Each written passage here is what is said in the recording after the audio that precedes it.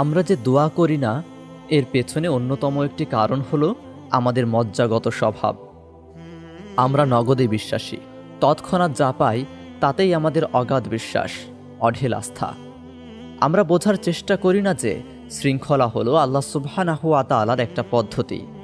তিনি কুন বললেই সব কিছু সৃষ্টি হয়ে যায়।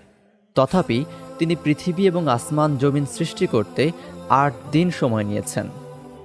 তিনি কুন বললেই যে কোনো কিছু অনস্তিত্ব থেকে অস্তিত্বে আসতে বাধ্য। অথচ মাতৃগর্ভে তিনি আমাদের দীর্ঘ একটি প্রক্রিয়ার ভেতর দিয়ে বড় করে তোলেন। এটি আল্লাহ সুবহানাহু ওয়া তাআলার পদ্ধতি, নিয়ম। কিন্তু আমরা এই পদ্ধতি, এই নিয়মের তোয়াক্কা করি না মোটেও।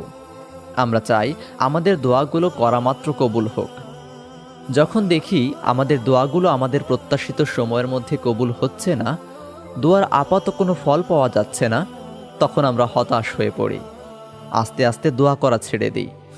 এই যে আমাদের মজ্জাগত স্বভাব, আমাদের অস্থির চিত্ত, এটার উল্লেখ করেই আল্লাহ সুবহানাহু ওয়া তাআলা কোরআনে বলেছেন, মানুষ বড়ই তাড়াহুড়ো প্রবণ। আল্লাহর কাছে আমরা যে দোয়া করি, সেই দোয়া কবুলের ব্যাপার নিয়ে ডক্টর বিলাল ফিলিপসের খুব চমৎকার একটি কথা আছে। তিনি বলেছেন, আপনি যখন দোয়া করেন তখন আল্লাহ সুবহানাহু ওয়া তাআলা ৩ ভাবে আপনার দোয়ার উত্তর দেন। ১, আপনার দোয়ার বিপরীতে তিনি বলেন হ্যাঁ, অর্থাৎ তৎক্ষণাৎ আপনার দোয়া তিনি কবুল করে নেন। ২, আপনার দোয়ার বিপরীতে তিনি বলেন হ্যাঁ, কিন্তু এখনই নয়, অর্থাৎ আপনার দোয়া তিনি কবুল করবেন, তবে সেটা তৎক্ষণাৎ নয়। আপনার দোয়া পূরণের জন্য উপযুক্ত সময় কোনটি সেটি আপনি জানেন না। কোন সময়ে কবুল করলে তা আপনার জন্য বেশি উপকারী সেই জ্ঞান আপনার নেই, আল্লাহর আছে। তাই তিনি আপনার পছন্দ মাফিক সময়ে দোয়াটা কবুল করেন না, উপযুক্ত সময়ের জন্য আপনাকে অপেক্ষা করান। ৩, তোমাকে নিয়ে আমার আরও উত্তম পরিকল্পনা আছে। অর্থাৎ দোয়ার মাধ্যমে আপনি আল্লাহর কাছে যা চাইছেন তা হয়তো আপনার জন্য অকল্যাণকরও হতে পারে, অথবা আপনি যা চাইছেন তাতে আপনার জন্য যে কল্যাণ, তার চেয়ে অধিক কল্যাণকর কিছু আল্লাহ সুবহানাহু ওয়া তাআলা আপনার জন্য নির্ধারণ করে রেখেছেন। তাই আপনি দোয়া করে যা চান ঠিক তাই অনেক সময় আল্লাহ আপনাকে দেন না, আপনাকে আরও কল্যাণকর, আরও উপকারী বিষয়ের দিকে আল্লাহ সুবহানাহু ওয়া তাআলা ধাবিত করান।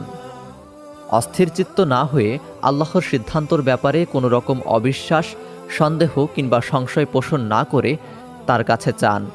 আপনার যেটুকু দায়িত্ব সেটুকু পালন করে বাকি ফলাফলের জন্য তার উপর ভরসা করুন। ঠিক যেরকম আমাদের নবী মুসা আলাইহিসসালাম করেছিলেন। ফিরাউনের রাজ্য থেকে পালিয়ে তিনি মাদিয়ানে এসেছিলেন ছিন্নমূল অবস্থায়। সেখানে দুটো অসহায় রমণীর তৃষ্ণার্ত বকরিকে পানি পান করিয়ে তিনি কেবল আল্লাহর কাছে প্রতিদান আশা করেছিলেন। তিনি বলেছিলেন, হে আমার রব, নিশ্চয়ই আপনি আমার জন্য যে অনুগ্রহ প্রেরণ করবেন আমি তারই মুখাপেক্ষী। নবী মুসা আলাইহিসসালাম নির্দিষ্ট করে আল্লাহর কাছে কিছুই চাননি। তার কি দরকার? এই ভারটা তিনি আল্লাহর ওপরে ন্যস্ত করে দিয়ে বললেন, আপনি আমাকে যা দেবেন তাতেই আমি খুশি।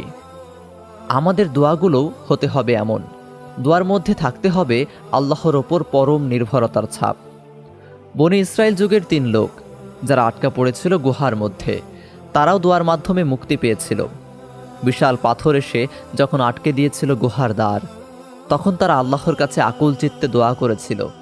সেই দোয়াগুলো আল্লাহ কবুল করে নিয়েছিলেন এবং তাদের মুক্তি দিয়েছিলেন বন্দি দশা থেকে। আসহাবে কাহাফের সেই যুবকেরা, তারা চারপাশের ফিতনা থেকে বাঁচতে আল্লাহর কাছে আশ্রয় চেয়ে দোয়া করেছিল। আল্লাহ তাদের দোয়াও কবুল করেছেন। সুদীর্ঘ একটা সময়ের জন্য তাদের তিনি ঘুম পাড়িয়ে দিলেন, হিফাজত করলেন তাদের ঈমান। এ কথাটা সন্দেহাতীতভাবে সত্য যে আল্লাহ আমাদের দোয়াগুলো শোনেন। শুধু আমাদের নয়, যদি কোনো কাফিরও হৃদয়ের গভীর থেকে আকুল চিত্তে কোনো কিছু চাই, দুনিয়াবি কোনো বস্তু, আল্লাহ সুবহানাহু ওয়া তাআলা তার দোয়াও শুনে থাকেন। একজন কাফির যে আল্লাহকে অস্বীকার করেছে, কিংবা একজন মুশরিক যে বহু ইলাহতে বিশ্বাস করে বসে আছে, গভীর বিপদের সময় কিংবা অতীব প্রয়োজনের তাগিদে সে যখন হৃদয়ের গভীর বন্দর থেকে আল্লাহর কাছে সাহায্যের জন্য ডাক হাঁকে, আল্লাহ তার ডাকটিও শোনেন এবং তার প্রয়োজন পূরণ করেন। আল্লাহ যদি একজন কাফিরের, একজন মুশরিকের দোয়া কবুল করেন, আপনার আমার দোয়া কেন তিনি কবুল করবেন না? আমরা তো আল্লাহতে ঈমান রাখি, তার ইবাদত করি, তার কাছেই সাহায্য চাই। আপনার আমার চাইতে বেশি হকদার তো একজন কাফির কিংবা একজন মুশরিক হতে পারে না। তাদের দোয়া যদি কবুল হতে পারে তাহলে নিশ্চিত আমাদের দোয়াও কবুল হবে। তবে কোনো কিছু হওয়ার আগের শর্ত হলো সেটা শুরু করা। আমরা যদি দোয়াই না করি, আল্লাহর কাছে নাই চাই, তাহলে কবুলের আশা করব কিভাবে? ফসল পেতে হলে তো মাঠে বীজ বুনতে হবে। বীজ না বুনলে ক্ষেত থেকে যেমন আগাছা ব্যতীত কিছু পাওয়া যাবে না, দোয়া না করলে জীবনে হতাশা ব্যতীত আর কিছু লাভ করা সম্ভব নাও হতে পারে। আমাদের উচিত নয় দোয়া করা থামিয়ে দেওয়া। আমাদের এই বিশ্বাস রাখতে হবে যে আল্লাহ সুবহানাহু ওয়া তাআলা অবশ্যই আমার দোয়া কবুল করবেন, আজ নয়তো কাল।